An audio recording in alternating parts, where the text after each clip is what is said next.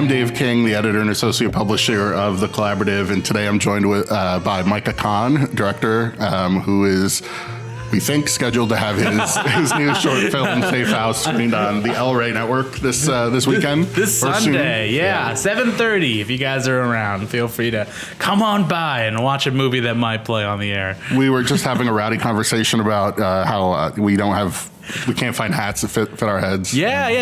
I was just honestly like, if anybody out there agrees, like it is a miracle when somebody like you gotta. I stand in awe of people who can pull off wearing hats.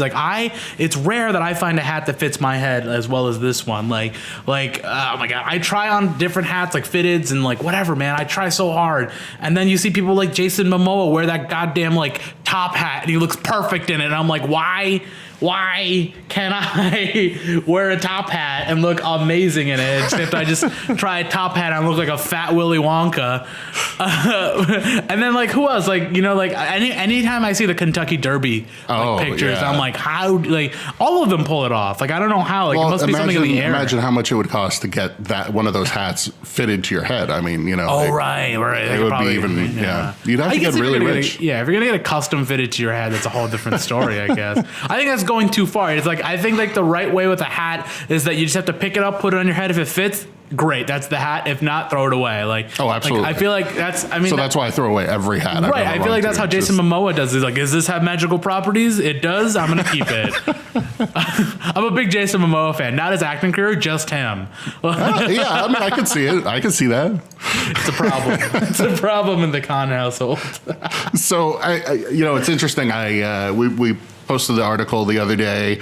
I talked to a few people about just Safe House and their first impressions on watching the trailer. And a lot of folks actually said to me that they were confused because they looked at it and they thought it was a Robert Rodriguez film. Just by the... Stop it. No, seriously. Who said that? I want to kiss you. Well, I mean, just looking at just the brief action sequences and the sort of the costumes and the way the folks are sort of dirtied up and ready to go, it looks like there's a lot of thought put into the aesthetics. And well, yeah. So that's definitely something that I thought about when I was filming. Is like one of the things that I really hate in movies when people are too clean. Mm-hmm. I feel like clean doesn't tell a story unless it's like part of the narrative. Like if you're doing like a movie about like somebody in like a post-apocalyptic society where like everyone has to be clean. But like for me, like one of the first things that I thought about was like the image of like the hands coming in and you see that they're bloody and bruised, because I feel like that tells a story. And like for an audience member who's watching it, they're gonna understand that something's happened. You don't necessarily need to know what happened, but something did, you know. And you can make it up on your own. I'm all about people trying to figure out things on their own, you know. But yeah, like I don't like it when movies kind of like don't have a lived-in feel to them. Like I think that's a problem that a lot of people make in film. Like, you know, when I did my first action film, which is like 3 years ago now, one of the things that I wanted was because I thought that like the more you can tell a story without saying anything, the better the film is, in my opinion. Like my sword fighting film, I wanted smeared blood and mud, because I feel like that tells the story that there was a fight.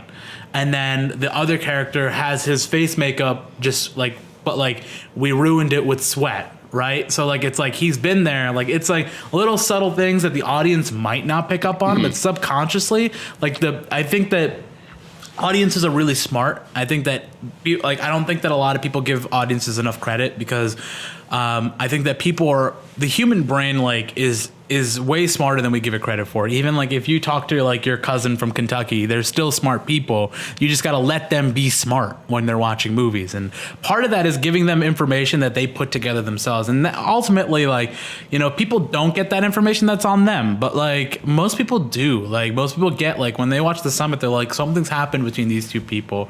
We don't quite know what happens. But like, that's the thing. It's in the back of their head. They're like, all these little details. They're human beings are problem solving creatures. You know, we're trying to figure out the answers. And I think that when we get people into the phase of like figuring out the answer to what's going on, they're no longer thinking about what's happening next in the movie. Right. That's building suspense, because as human beings we want to figure out what's happening next. And like that's part of the problem with, like, you know, where people hate M. Night Shyamalan for like the plot twist, right? But the man is actually a master of suspense too. Like the man knows craft better than anybody.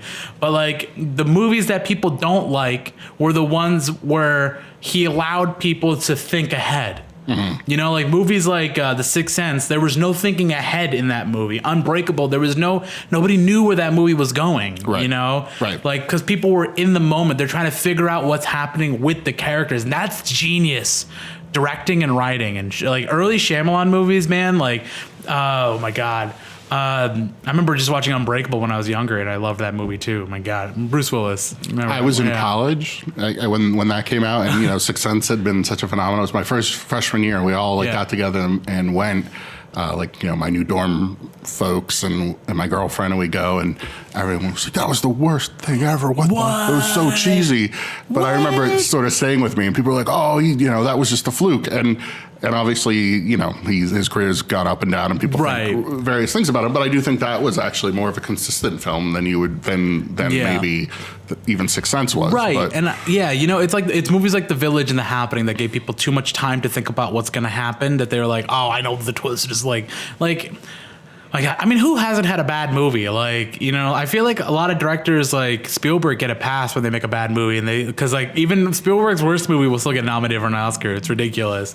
Like Munich was not a good movie. Like, I don't think he's made a good movie in quite some time, personally. But Munich had great scenes. I'm trash talking Spielberg right now. Look at me. I'm just gonna stop while I'm ahead. Well, so let's just, you know, sort of what we talked about, you know, for the article was this idea that you obviously you've been exploring your filmmaking, you've been finding your voice lately, and for you, action has sort of come to the forefront again after trying a lot of different things, including comedy and drama. Yeah. And but it does seem like a lot of this is instilled with the sort of the you know, techniques from folks like Hitchcock or things like that, and getting people invested in the character or you know, the sort of situation, which serves you well when you're dealing with a short film, and you can keep people, you know, that invested for that a period of time. I mean, obviously it gets more challenging when you're doing something longer, but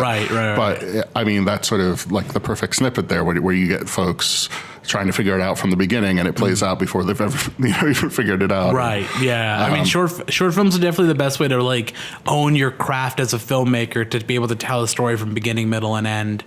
I mean, it's been a long road, you know, filmmaking. I've been doing this for a few, you know, I don't know, 4 or 5 years now, like seriously directing, and trying to figure out who I am as a filmmaker. And, you know, like I've had influences, like, you know, like when I first started making movies, I started watching more like, I started watching Hitchcock movies and Kurosawa movies, and I'm like, these are my influences. Like, these are the guys that I really want to be.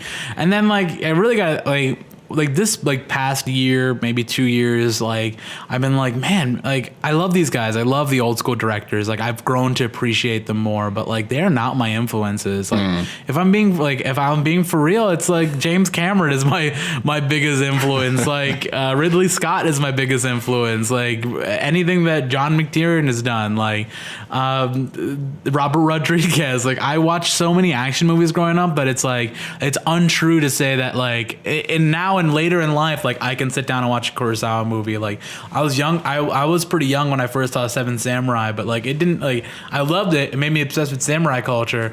But like to say that was my influence now is just the sexier answer to like, I think people need to embrace the movies that they watch when they were younger. Like a lot of people's introduction to cinema is never like an art house film or like a what's that guy's name? Jean-Luc Godard film. Like you're not a 10-year-old, like you're not a 5-year-old watching, oh my God, I love this Jean-Luc Godard movie. Like, you're watching Jurassic Park and you're going, oh my God, the raptors are coming. Like those are the movies that get people into cinema. And I think that the fact that a lot of people deny that fact that like mainstream cinema is really what like influencing people. But I mean, I'm learning to embrace it more, like, cause people look at you differently, especially if people go to film school. People like when you're like, who's your favorite director? We're like, I don't know, like James Cameron, Ridley Scott, Genndy Tartakovsky's my like all-time favorite director, but nobody knows who he is. That's the more obscure answer. Anybody who knows who Genndy Tartakovsky is, I'm gonna give you 5 seconds to say it out loud in your room before I give you the answer.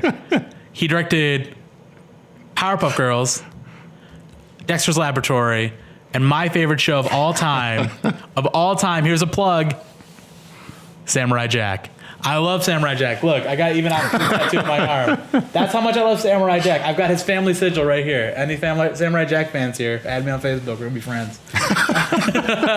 But Samurai Jack, and then, and then he did oh my God, do you remember the animated Clone Wars from 2001? Mm-hmm. Yep. He did that. And those were amazing. Have you watched them recently? They're incredible. Wait, they're masterclass. So the show?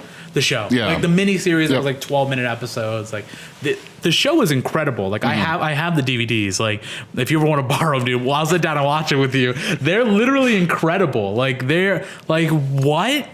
Like that was like the best Star Wars adaptation was done by Genndy Tartakovsky. I'm saying it now. Like, oh my God, the action in those are amazing. Like, you want a masterclass on action that is not like full of fluff? Like that's it, man. That's perfect filmmaking right there. That's what you have to think about when you're making these scenes. Like a lot of people do these coverage shots and they don't really know what they're trying to do with it. If you're gonna do coverage, you still have to tell a story. It's not just like about like crafting the performance. It's still about something. Well, so let's take Safe House, for example. Yeah. And given you shot it in a place that a lot of people that probably will watch us know, the Bradley. Yeah. Tell us a little bit. I know you did a lot of choreography, and you had to sort of change it up a little bit because you decided to use the space. So, what was it like just coming in and sort of deciding how you were going to use the room and how it changed things? So what happened was that I'm very specific about my action. I'm specific, but I'm not like 100% about it. There's a lot of people who write things and go like, this is it. This is what we're doing. I write things as a blueprint, and then I let like the actors figure it out, whatever feels natural. And John Schner,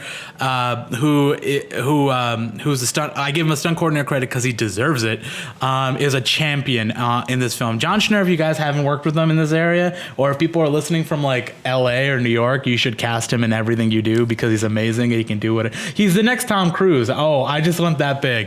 And Jen Lefsick, she's incredible. And these two actors, they are very like, they're so good at opening, like embracing everything you're giving them and then going like, oh, let's figure this out. Like these are the kind of actors you want to work with. Like people, like a lot of people actors wise, I don't like casting actors who just like to be told what to do. I like actors who have an opinion about things and they're like, I mean, not always that I don't always listen to opinions because sometimes I'm like sometimes it's wrong and sometimes I'm wrong. Sometimes I'm wrong on set, like, and people figure out and they're like, well, what if we try it this way? I'm like, well, that's the right idea. I like actors who come in with opinions and ideas about their characters and like that outfit that Jen wears in the film. She's Hellcat in the film. I named her Hellcat because I thought it was a cool name, and then she's like, I found this fur vest at a thrift store. Can I wear it? I'm like, that's fine. So they came in like Kristen Noriega, who's the lead actress in this. We only had 2 days she came up the week of when we were supposed to shoot. We had 2 days to choreograph and practice their opening scene, which is in the trailer. With Jen's scene, we had no time. We choreographed that on the fly. Like I had it written, they had an idea of what we're doing, and then obviously we had planned it to do it outside, and so everything changed. So we got to the Bradley, and Vic was so nice. He's like, listen, like I got this cool space.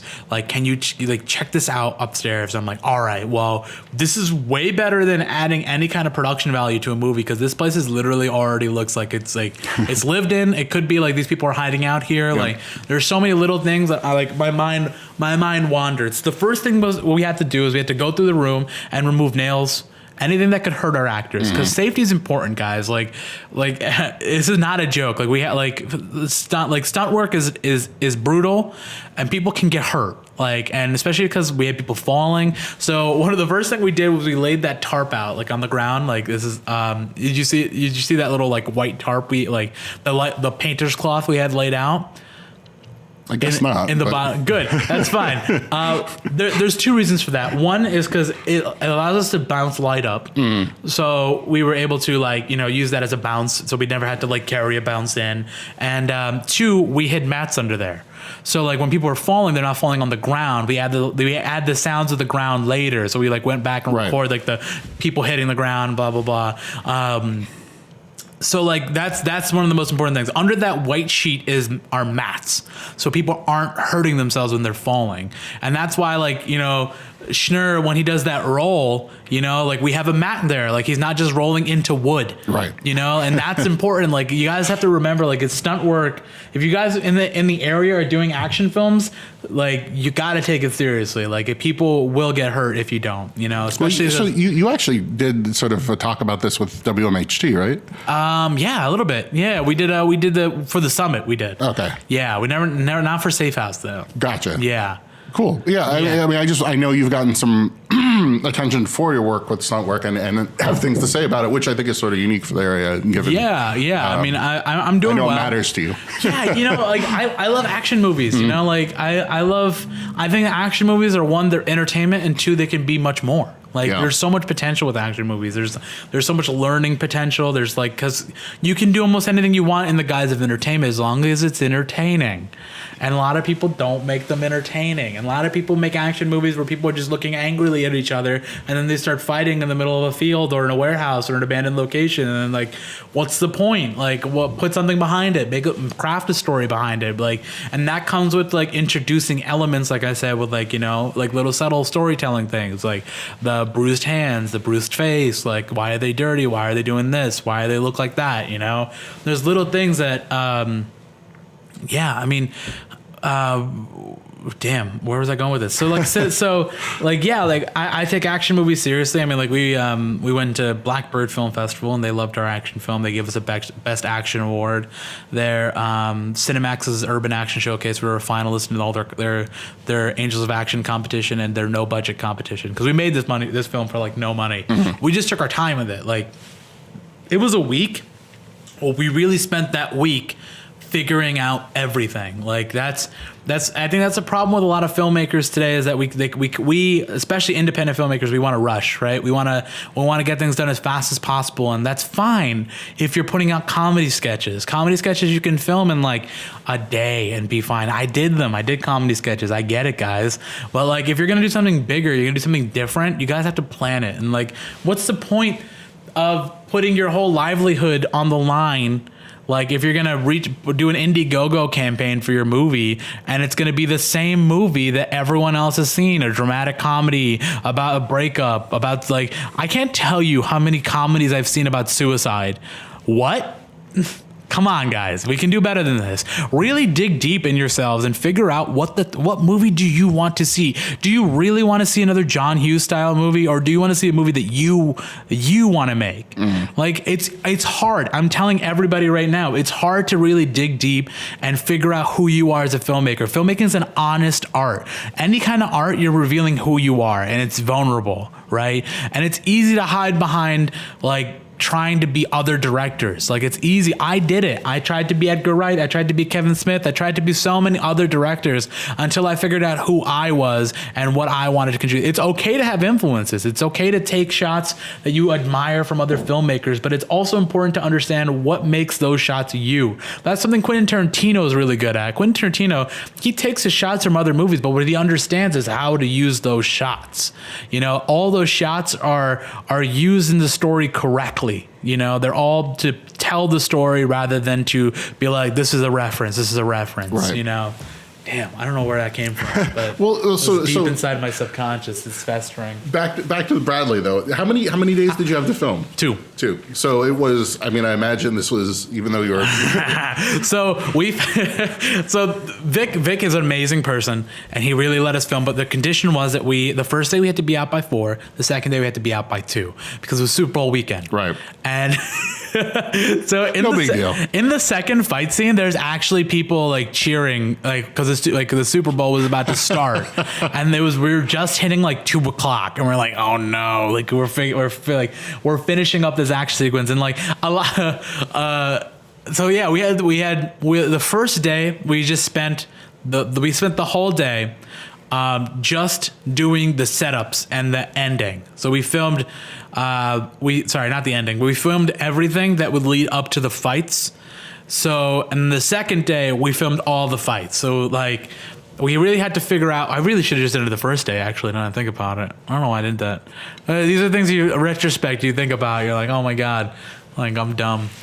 So obviously you've been on the line to tents, waiting for this sort of. You submitted how long ago now for the festival? I submitted it. Or for El Rey. I submitted a year ago. Yes, but the thing is, like, I talked to the producers and stuff like that. They're like, they had thousands of submissions to go through, right? And thousands of short films that range from like a minute to like 20 minutes, 30 minutes, like, and the fact that it amazes me, and I still don't think like I deserve it, but mostly because it's like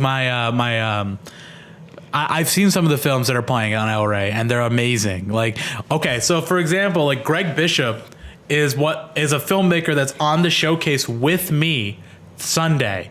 Greg Bishop makes horror movies.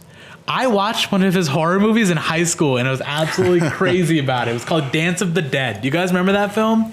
Oh my God. One of the most unique ways like that zombies have ever come out of the ground. Like the man put this film together that was like so interesting and so like different, and I loved it. And I used to talk about it in high school all the time. And then to be on the same showcase as him with a movie he made that has Jamie Alexander in it, like, that's weird. And plus my parents are huge Blind Spot fans, so I told them that yesterday, and they're like, you gotta get her over for dinner. I'm like, I don't know if I have that kind of connection. I'm like, they're huge Blind Spot fans, so like, oh my God, they like freaked out. They're like little kids in a candy store. Is that like, Lady Sif? Yeah, Lady Sif. Yeah, from Thor. Yeah, so like that's crazy that my film like is playing. Like, my actors are on screen with like a name actor. Like, I love that. I love that my actors are getting attention because these actors work so hard. The Capital Region has some of the hardest working actors in the area, and they all I tend to work with people who show up, is what it comes down to. A lot of filmmakers, a lot of actors in this area love to say that they're actors and then don't show up, and that's why I write small now. I used to write, when I first began, I used to write big pieces that like, I needed a crowd. I'm like, I need extras, and nobody would show up. Everyone was like, we're coming. And then we're like, I got a flat tire. Everyone got a flat tire. Every single person got a flat tire. Like, it's an epidemic. It's fix the roads, Albany.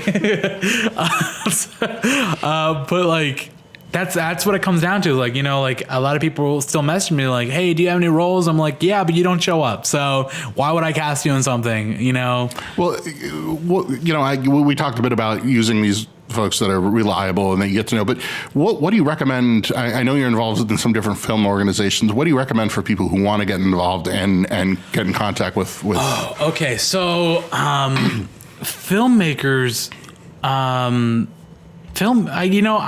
it's tough because I think that the Capital Cinema Cultural Exchange is really great. Mike Khan runs that. He's been really helping me out, and it's weird.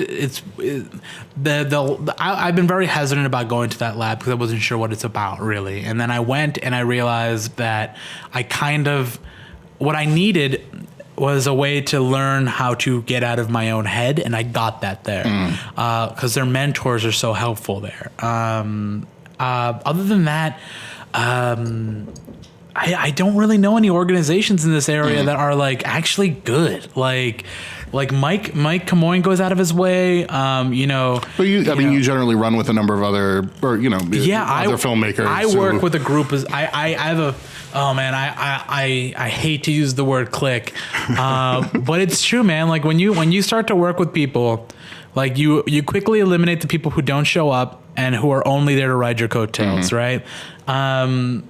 And then you meet the filmmakers that you start to admire, and you guys tend to group up together because you know that you could take something from each other. And I'm not afraid of like giving my ideas to them because I'm like, take this idea. Like I'll use it some other way. Like I want to help these people as much as I can. Like people like John Yost, like John Yost is my favorite filmmaker in this area. He hates it when I say that because I'm actually a really big fan of his and I geek out, and his films are incredible and they're so unique to him, you know, like, oh man, Joe, I'm so sorry. I'm going to butcher your last name because I always forget how to pronounce it, but Joe Giedel, oh my God. I'm so sorry. We wrote about him, but yeah, you wrote about him. I didn't write the article. I honestly can't remember how to pronounce his last name right now. But I helped him with his film Museum, and that like for his first short film, like as he's, it's crazy like to even think about, but like Joe has such a specific vision for what he wants, and I get it. Like I get what he's trying to do, and the way he writes, I get it. Like I get what, like he's trying to do these like crazy art house films of crazy imagery, like these David Lynchian like style films, like and they're amazing, and they're so him, and they like I want to help that. I want to help him, and I want him to be a part of my films because like even though I'm not doing art house films, you never know if he has an idea that like he's like, well, you could try this. I'm like, well, that's a great idea. Why not? You know, like it's these little things, and like you know, Victoria Diana we just helped her produce a film. We produced her first short film, and it was a horror short film, like a very like Hitchcockian, like Stanley Kubrickian-esque. Like she wears her influences on her sleeve too. Like she's a big Kubrick fan. She's a big like Silence of the Lambs fan. Like, and she directed this dope like horror short film that's going to be playing at the Big Bloody Apple in the city. I don't know if you guys ever heard of it, but it's sponsored by Women in Film. Women in Horror. I'm so sorry, Women in Horror. And they're this great organization that really help like, you know, promote women's work in horror films. And she's one of like 6 filmmakers that are gonna be playing there. There's gonna be like, you know, Heather Buckley will be there, who directed like the breakout film The Ranger that came out this past year. Like, you know, she's doing a Q&A and like a workshop with them, and like, yeah, she's gonna go places. She's just got to keep making horror films. I mean, that's unfair. She can do whatever she wants. But she's got the thing is like with Joe and Victoria for their first short films, they had such a solid vision. And yeah, there were mistakes made on the way. Everyone makes mistakes in their first short films, but these people are going to keep learning and they're going to keep getting better. And that scares me because it took me like 4 years to get good at this, and they're going to get good at this like right away. But it's going to take mistakes, and they've made mistakes in their films and they've realized them. They're going to fix them as they keep I'm excited to see what they keep doing, you know, like it's exciting for me to like hear what they're going to do next, you know, like, cause I know they're just going to keep killing it every time. They're going to get so good at this. Cause the only way to get good at filmmaking is to keep doing it. Like you're always going to make mistakes. I made mistakes on my film, you know?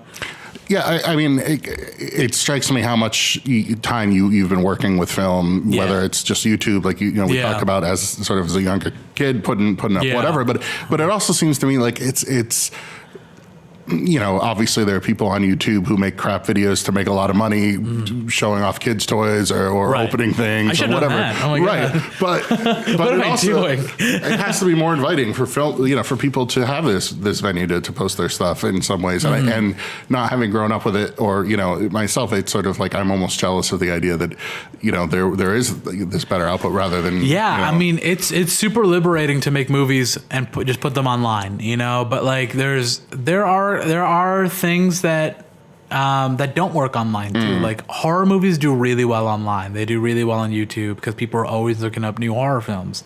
Action, dramas, comedies, I mean, they're hit or miss, right? Like you run the risk of like really getting drowned in YouTube. Yeah. And then that's what I really like about, like, you know, there's new outlets coming out, like Dust short films are really cool to me because they're all science fiction short films. Yeah. They're curated. They're on a website. They have an app. Like it's cool the way they're doing it. Alter, Crypt TV, like to find a way to cut through the middleman or the searching and, like, you know, find the work you're looking for. Yeah. So, I mean, when I first started, I just started kind of throwing everything online as I could, because I really didn't care for film festivals and stuff like that. And, because like I've always had, terrible experiences at film festivals. They're just not been fun for me, you know? There's only one good film festival that I've ever gone to, and I want to go back there every year. So I always try to make a film every year to try to submit there. It's a shout out to Adirondack Film Festival. They're literally incredible. That's how filmmakers should be treated. But every other experience I've had at a film festival has literally been terrible. They don't treat filmmakers well. They ignore the filmmakers. There's so many little things that I'm like, you know, I went to a film festival a few months ago, and they asked everyone to come up for Q&A, and I'm like, I'm not going up. Like, nobody's cared until this point. Like, wow, like nobody even asked if I'm here, you know? And that's dumb. Like, you know, God, you know, it's funny. Like I was at a film festival with Safe House, and I was sitting next to these people who were audibly saying out loud that the film sucked. And I got emotional about it. I got like talking about film festivals, like that's also the risk you run. Like, you know, when you go to film festivals, people are gonna hate your movie. And then some people are gonna like your movie. Like, it's tough. It's tough putting yourself out there. It's tough putting yourself out there no matter what. You know, YouTube, film festivals, like anywhere that people are gonna see your film, and that's why a lot of people don't put their films out. You know, a lot of people make movies and then they don't finish them because they're like, people are going to hate this. Because at the end of the day, even if you make an art house movie and you don't post it online, like if you make an art house movie, you're admitting to and you don't post it online, you're admitting that you made it for an audience. Now, it's not for you. Like if you're just making a movie for you, just post it online. Like, but that's the thing is like at the end of the day, you want people to look at your art. You want people to look at what you made, you know? It's instinctual in us. You know, look at kids when they make something dumb. You're like, Daddy, look, like, you know, like I was that kid. Like, I'm like, look, I made this thing out of tinfoil. And he's like, that's cool. Go study math. You know, like it's instinctual in us to make things and want to show it to people, even if it's dumb. Well, but like, I think it's important we end on a less serious note. So, or maybe it's even more serious. Can you share your top 5 action films with us? Oh my God, this is serious, man. Yeah. Why would you do this? Okay. No, I think it's important. Oh my God. Okay. This is tough. I'm going to say Terminator 2 right off the bat, because Terminator 2 is like peak action movie. Like I always say that, did we really even need action movies after Terminator 2? Do we even need movies after Terminator 2? Like, to be fair. And then I would say Lord of the Rings: The Two Towers is like one of my favorite movies of all time. It's definitely like not my number 1 and number 2 spot. You know, I try not to rank things like by best or worst, but like, man, Lord of the Rings and Terminator 2, definitely up there. And then I would say Edge of Tomorrow, the Tom Cruise flick. If you guys haven't seen it, you mean Live Die Repeat? Live Die Repeat. I love Edge of Tomorrow, and I hate that people don't go watch it because it's literally incredible. And Emily Blunt is amazing in it. But yeah, and I just wanted her to kill Tom Cruise more. That was sort of my, you know. I love that movie, and I went and saw that movie a bunch in the theater. I bought it on Blu-ray the day it came out. The behind the scenes alone in it are incredible. And the way Doug Liman works, Doug Liman is an incredible director, and like I'm a big fan of his work too. He's just, you know, the man wants to be honest and clear, and though that's something I can respect as a filmmaker, because I love when my action is clear. Like I like to know what's going on. And then I would say fourth. Wait, what am I on? Those 3? You're on 4. I'm on 4? Oh my God. What did I say for the third one? Live Die Repeat, Edge of Tomorrow. Wait, this is 4 then. This is 4. Yeah, you're on okay. 4. Oh man. I'm going to say The Matrix. I love the Matrix movies. I love the Matrix movies. And then I would say Super Cop.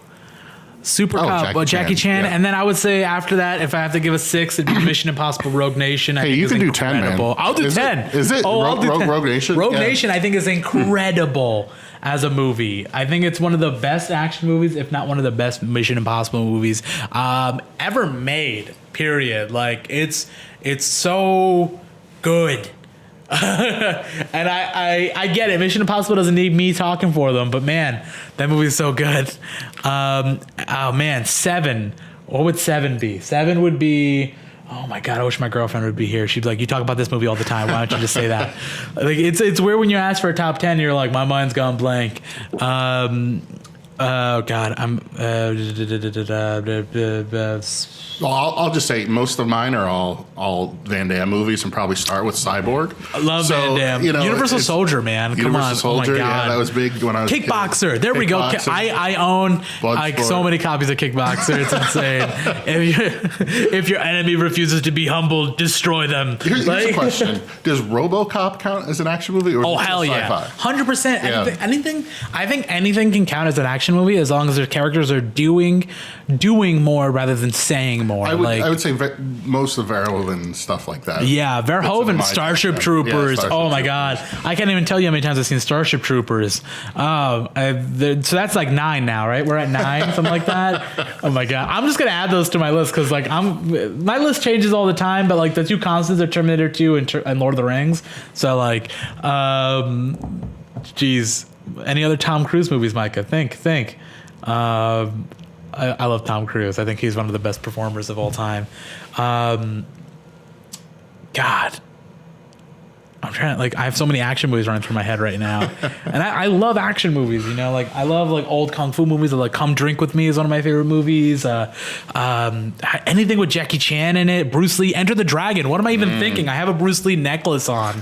Oh my God. I'm sorry, Bruce Lee. I forgot. Big Boss, Fist of Fury, Chinese Connection, like oh my God. How about what's your take on Face Off guy? John Woo. Yeah. Unpopular. Okay, so I love Hard Boiled. I think it's a great movie. It's ridiculous. It's awesome. Doves flying everywhere. Like it's amazing. But all his other movies, man, like I don't know. He's hit or miss for me. Like Mission Impossible 2 is literally the worst movie I've ever seen in my life. Okay, I can't say that. It's I've seen worse, but it was really. It was bad. It was really bad. John Woo, man. I want to like his movies because everyone's like, why don't you like John Woo? I'm like, because I don't like bad movies. Hard Target. Though, which was a terrible movie. Wait, that was a Van Damme. He directed that? I think I saw that when I was like 11. Oh my God! I remember Hard. I didn't know John Woo directed it. Yeah, well, you know, I believe so, and I believe it was like it was towards the end of Van Damme's career, so it was like almost noble of him to use him as the actor. It was like, it's like here, Van Damme, and then after that, his career went away, and Woo was ascended. And Predator. Oh, yeah. Predator. I'm sorry. I forgot about Predator. My Arnold Schwarzenegger obsession.